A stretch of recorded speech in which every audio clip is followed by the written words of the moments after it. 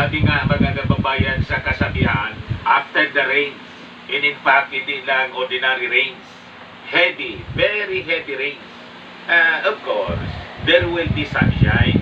So palabas na ng ating bansa mga kababayan yung bagyong si Karina. After na magbuhos ng napakatinding ulan sa ating pong bansa at humina na rin sa pinakahuling report na pinalabas ng Pag-asa habang papuntang Taiwan. So sa susunod na mga kababayan na mga oras, patuloy nang gaganda yung ating panahon. Nag-receive na rin po yung matinding pagbaha sa Metro Manila. And sa mga susunod na oras, si Karina ay lalabas na po sa ating Philippine Area of Responsibility. Pero nauna na po si Designated Survivor. Sa kasagsagan ng bagyong si Karina, kasagsagan ng baha, nauna na siya pong lumabas sa Philippine Area of Responsibility. Ikaw talaga niya, Mr. Maravillas. Yun ang nabasa ko po. Nag-viral po sa social media. Nauna pa si Inday. Talagang pinanindigan mga kababayan yung kanyang self-appointed, designated survivor na ginawa. Nagpakalayo-layo. Yung kanyang evacuation center, Germany pa, mga kababayan, doon sa pamilya ng kanyang nanay yata na isang German. At walang paliwanag kung ano yung kanyang purpose. Sabi nga po ng mga netizens, di bali na lang sana kung official travel, official business, di ba? Pero kung mga personal man lang po, pwede naman po na ikansila. Di ba? Vice Presidente ka. Tapos nakikita mo, lumilitaw sa mga matitinding baha, yung iyong mga kababayan, iiwan mo. Kung ako ang Vice Presidente, hindi ko na itutuloy. Sasabihin ko doon sa mga staff ko, i-cancel na muna ninyo ang travel ko. Kasi kailangan ko ritong mag-stay para tumulong man lang sa relief operation at kailangan hands-on tayo. Di ba? Tulad ng ating Pangulong Bongbong Marcos, isinday po, bigla na lang pong lumipad, mga kababayan, outside ng Philippine Area of Responsibility, nag-evacuate. Tapos niya Mr. Maravillas, ang tawag niya, lagi niyang bukang bibig, mali natin ang Pilipinas. Mali ng Pilipinas? Nasa kalagitnaan kasagsagan ng calamity. Lumipad pa Germany. Talaga na Mr. Maravillas, laging baliktad yung kanilang mga pananalita. Yung ating Pangulong Bongbong Marcos, nasa ocular inspection po. Saan ito, mga kababayan? Nag-iikot ngayon sa Metro Manila, yung ating Pangulo. Yan po. Ayan po. Para mag-inspeksyon, personal niyang inspeksyonin po ang mga nasalanta ng baha sa Metro Manila. Yan o. Yan ang presidente po, mga kababayan. Yan po. Ocular inspection sa Valenzuela City po pala ito. Mga kababayan, Valenzuela City. Yan o.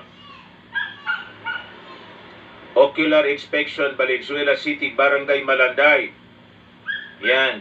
Sabi rito sa live feed ng RTVN. Yan po. Sabi dyan, magdadala rin yung ating Pangulo ng assistance sa mga families sa Malanday National High School, naka-house doon, nag-evacuate. Currently houses 352 families. An estimated 1,629 individuals. Yan po yung ating Pangulo. Gusto niya mismo, personal makita. Tumungtong na si sir.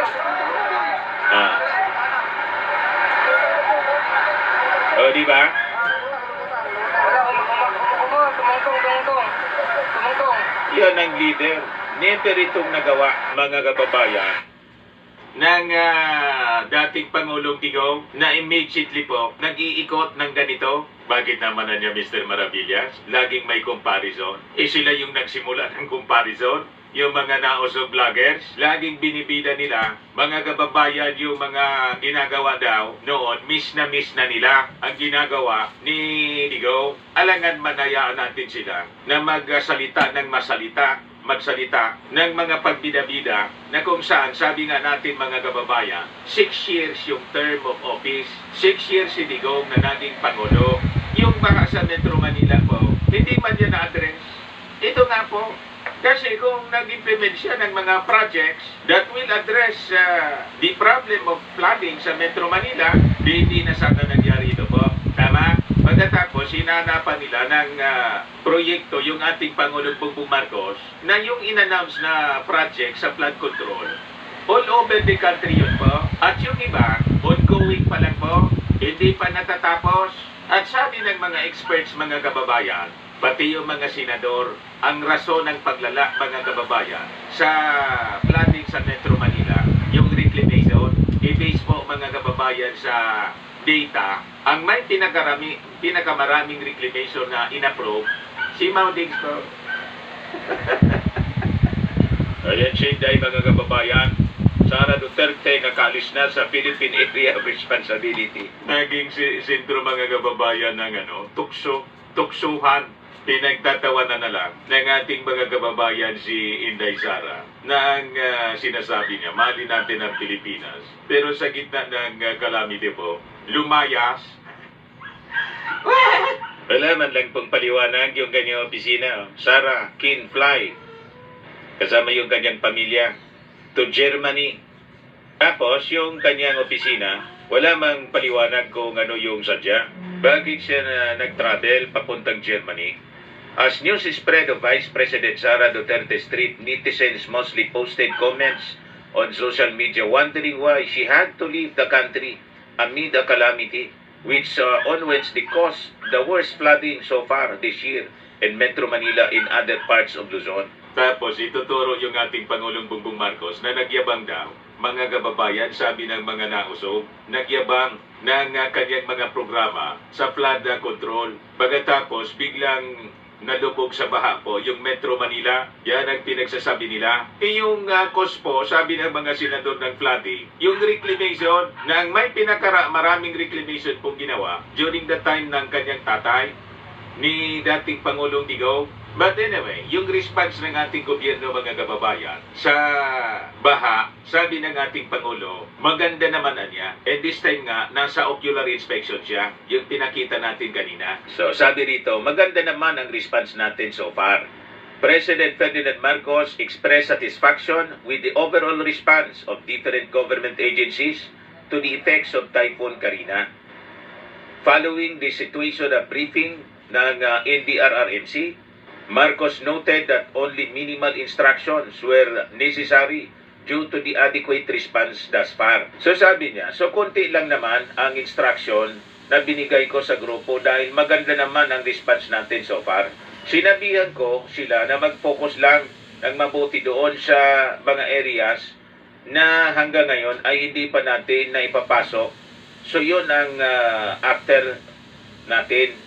So yun ang after. Yun ang magiging next na priority na gagawin ng DSWD. Pati siyempre public works, because kung yung mga daan ay na-landslide, kailangan magtulungan sila ng LGU para i-clear yung daan. Kaya nagsasagawa mga kababayan ng ocular inspection ngayon. Yung ating Pangulong Bongbong Marcos, i-assess mo na siyempre. So nasa phase na tayo ng assessment.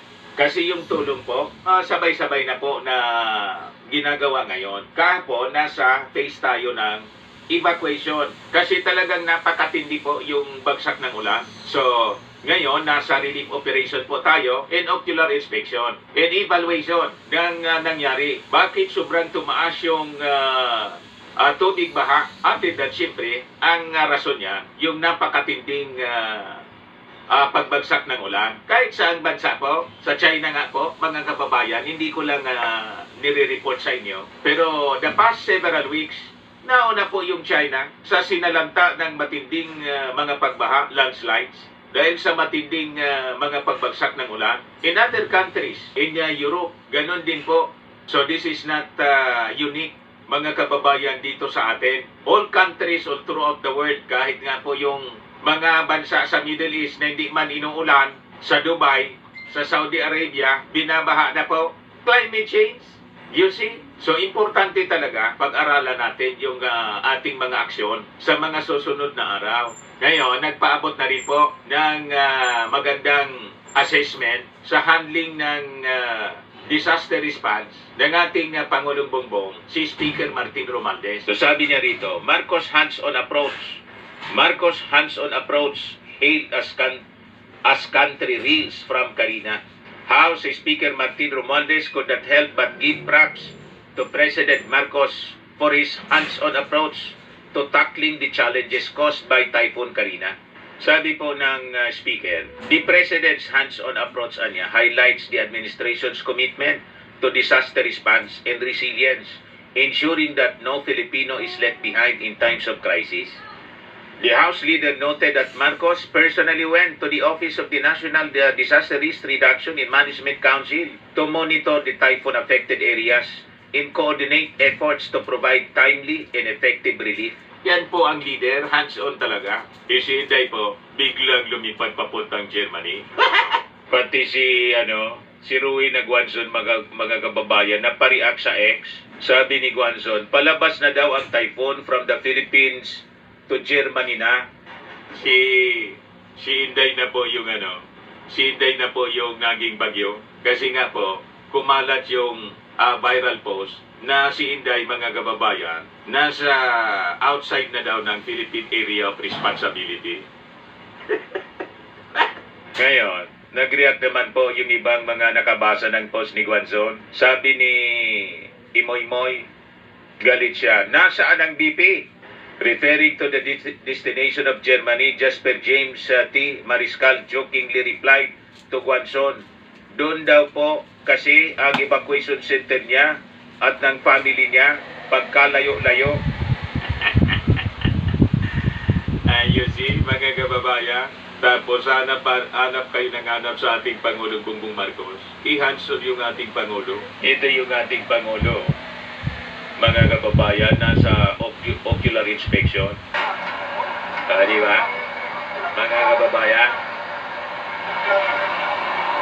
yan ang presidente. Totoong leader. Leading by example po. O ngayon, ano ba yung problema? Bakit laging binabaha po ang Metro Manila? So yun ang ating magiging sentro ng discussion, mga kababayan. Galing na sa mga kinikilalang eksperto para siguro magkapag-craft tayo ng magandang policy at magandang response, mga kababayan, to address the flooding sa Metro Manila po. But before ko ibigay sa inyo ang full story niya, click subscribe muna dito sa ating YouTube channel and hit the notification bell para lagi po kayong updated sa mga kaganapan dito sa ating bansa. Like and share na rin po ninyo ng ating video. At huwag na rin po ninyo na skip yung ating mga commercial ads para tuloy-tuloy lang ang pag-unlad ng bagong Pilipinas. Sa mga naghanap ng malinis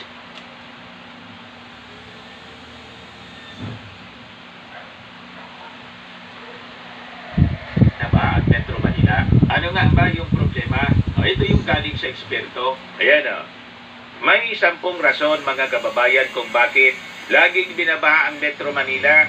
Sabi yan ni Paulo Alcaracen. Sino naman ito, mga kababayan? Isa po siyang landscape architect. So, alam niya, si Palafox, mga kababayan, magaling sa urban design. Talagang pinag-aralan nila. Yun ang kanilang profesyon. Yun ang kanilang expertise. At base sa kanilang mga pag-aaral, mga kababayan, ito yung na-identify nila na rason kung bakit laging nagbabaha po sa Metro Manila. Una, siyempre, dahil sa malakas na ulan, di ba? Pag-continue yung ulan, wala mang baha, mga kababayan. Pag matindi yung pag-ulan, siyempre, babaha. Lalo yung design ng landscape, mga kababayan. Mali-mali, dyan sa Metro Manila, sinemento na lahat. Wala na maaros, mga kababayan, na open space para ma-absorb yung tubig ulan. Sinemento na ninyo lahat. Saan pa dadalo yung tubig? Ay, dadalo yung tubig Saan pa ma-absorb yung tubig? Di ba? Lahat na sinimento, asa pa kayo na hindi kayo babahain. Hindi ninyo pinag-aralan ng mabuti. Kailangan po, kahit may mga infrastruktura tayo na ginagawa, huwag ninyong ubusin na simintuhin. Dapat may mga open space na kalupaan para ma-absorb yung tubig. Pag bumagsak yung ulan, kung lahat siminto, paano yan ma-absorb? Mailalim. Di ba? Kaya ang takbo niyan sa mga bahay ninyo, yung mga kanal pa naman po, ang liliit. Unang-una, yung mga areas dyan sa Metro Manila, nireclaim dating dagat. So, bumabalik mga kababayan, yung tubig dagat, nilalabo ng dagat. Kasi, yung dagat, ginawa din yung kalupaan. Di ba? Kaya nga, dapat tigilan na yung reclamation. May mga reclamation na maayos din na naman mga kababayan. Pero dapat tama yung design. Hindi man tayo against totally sa reclamation. Kasi may mga panahon ni dating Pangulong Ferdinand Roque Marcos. Di ba? Yan sa CCP Complex. Reclaim area yan po. PICC. Kaya lang sana, no, dinesign ng maayos. Naging matindi po yung urbanization, rapid urbanization. Hindi pinag-aralang mabuti. Siniminto lahat eh. At yung kanal, ang liliit, lakihan nyo ang kanal. Dapat ang kanal kasing laki ng mga kalsada sa EDSA. Ang buong kalsada ng EDSA dapat sa ilalim, kanal. Di ba? So, pangalawa, sabi dito, it floods because of population and urbanization. O kasasabi ko pala, di ba? Dumami, nagsiksika na ng todo. Rapid urbanization, pagsiksika ng todo, pati yung mga sapa, ginawa ng bahay.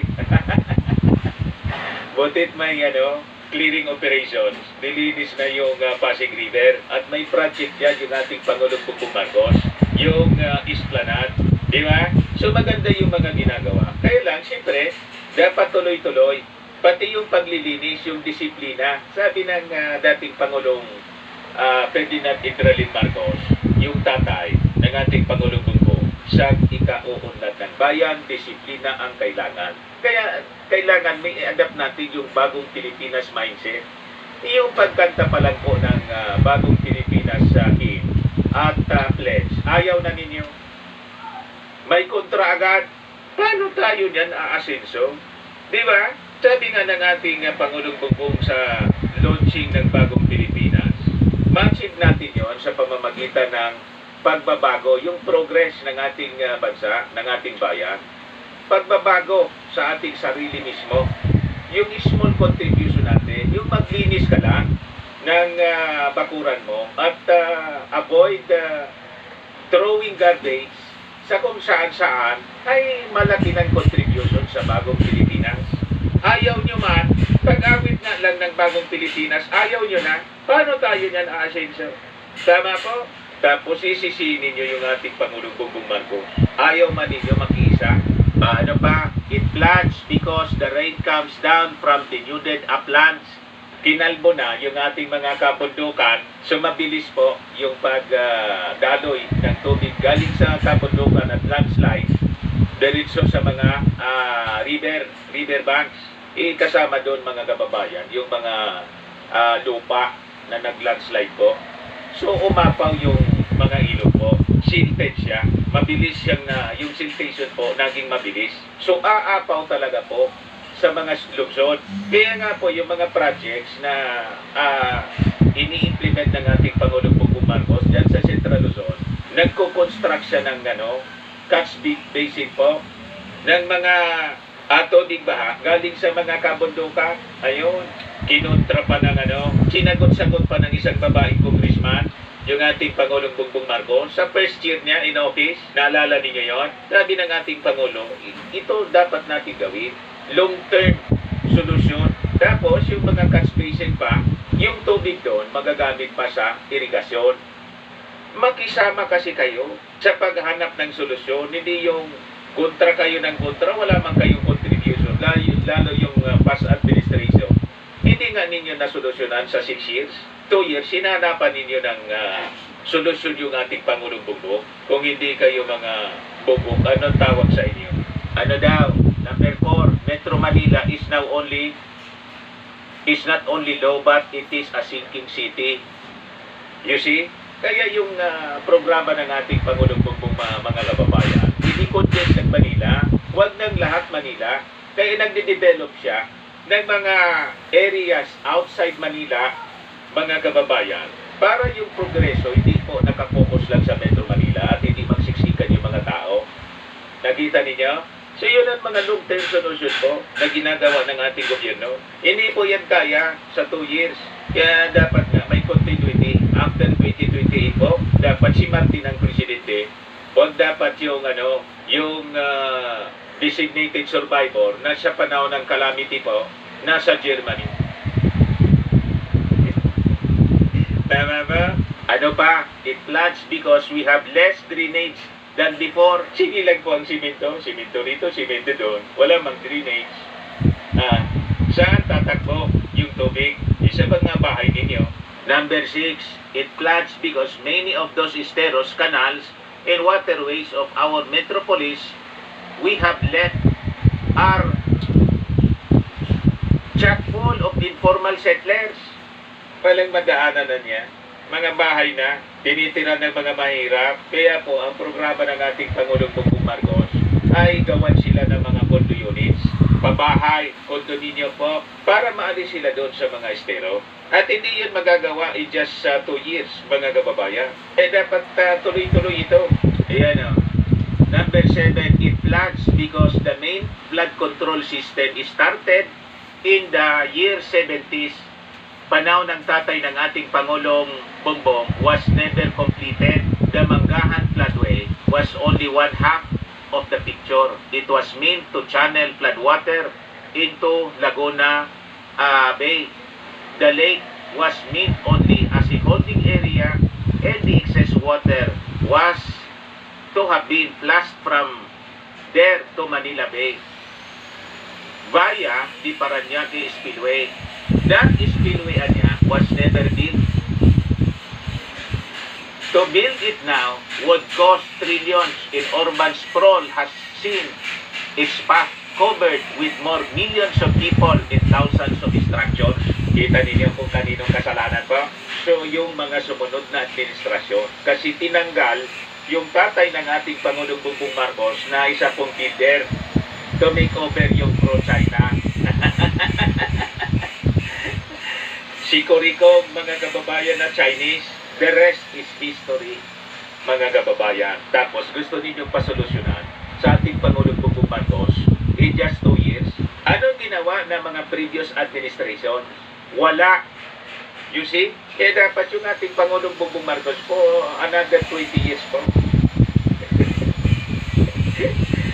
Para solusyonan po ito ng mga problema, hindi nagawa for 30 years.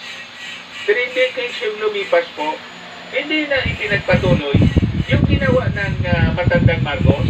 Ang nagsabi niya mga kababayan na hindi na ikinontinyo, expert po, isang architect sa landscape. O ano pa, pangwalo, it floods because what little left of our drains in flood control infrastructure is ill-maintained. Hindi mini-maintain po ng maayos. Ano pa, number 9, it floods because urban development is unplanned and unfettered. Tira lang sila ng tira po. Hindi pinag-iisipan. Walang maayos na plano. Kita ninyo? Tingnan ninyo yung mga magagandang lungsod sa buong mundo na napagplanuhan po maayos. Walang ganitong problema. Pang-sampo po, sabi niya, the final reason it floods in this short list, and there are many other reasons, is politics. Metro Manila is made up of 16 cities in one town, Pateros. Floods do not respect political boundaries, and will flow from one city to the next, yet we continue to address flooding as well as all of other urban problems within the confines of individual LGUs. Is that it does not make sense, sabi po ni landscape architect Paulo Alcaracen.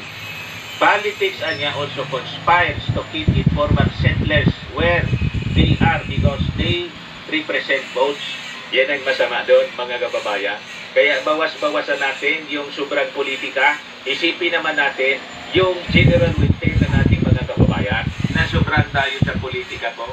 So alam na natin, mga kababayan, ito yung dapat na pag-isipan na mabuti. And I think, yung mga eksperto na nasa paligid ng ating Pangulong Bongbong Marcos ay nakita na rin po ito.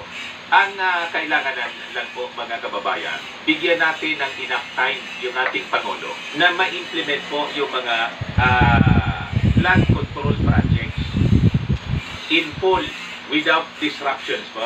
Lalo na po yung problema sa reclamation na naging dahilan para mabara po yung lagusan ng tubig. At sabi nga po natin, para doon sa mga turo ng turo, ang dapat na ituro ninyo, kasi ang tinuturo ninyo, yung ating Pangulong Bongbong, ang nag-approve po ng napakaraming reclamation po, Sinigo. Naintindihan na nila na usog at karamihan sa mga binigyan ng award, mga barkada ng Chinese. Okay pa, huwag kami mga nausog yung mga gawain ninyo, yung consequences ng mga masasamang ginawa ni Digong, ituturo ninyo sa ating Pangulong Bongbong. Iyan po ang ginawa ng administrasyon ni Mao Digso. Reclamation. Panahon po ni Digong, Rodrigo Duterte. Yan. Yan ang ginawa niya rito sa Manila Bay. Ayan project approved without clearances. Tingnan ninyo kung sino may pinakamarami. From Ramos, Estrada, Arroyo, marami din, inapprove niya. Aquino, Conte. Ayan Duterte, napakaraming inapprove po. Yung Marcos Jr., galing pa yan dito. Galing pa sa kanya yung application. Kaya mayroon din sa panahon niya, mga kababayan. You see? Ito po yung salary. Ito ang dahilan ng pagbaha sa Metro Manila. Yan More projects got the green light under Duterte. Tapos, ituturo ninyo yung ating Pangulong Bongbong Marcos.